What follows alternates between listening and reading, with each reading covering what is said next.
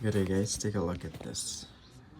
I know you've seen a grasshoppers already, but this time it's unusual to see this numbers of grasshopper outside in our backyard.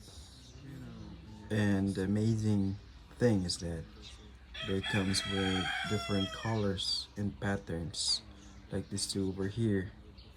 The one is vibrant green, brown, and the other one is brown, and the head is color orange with striped patterns on its legs. Look at the color, guys. I'm not sure if in the video you can see the actual color, but in person I guess it's really vibrant. And I'm just zooming the camera, and there's two here as well. Look at the color, guys. Green and neon green. And there's also a golden brown over there. Amazing, right? Small insect kingdom.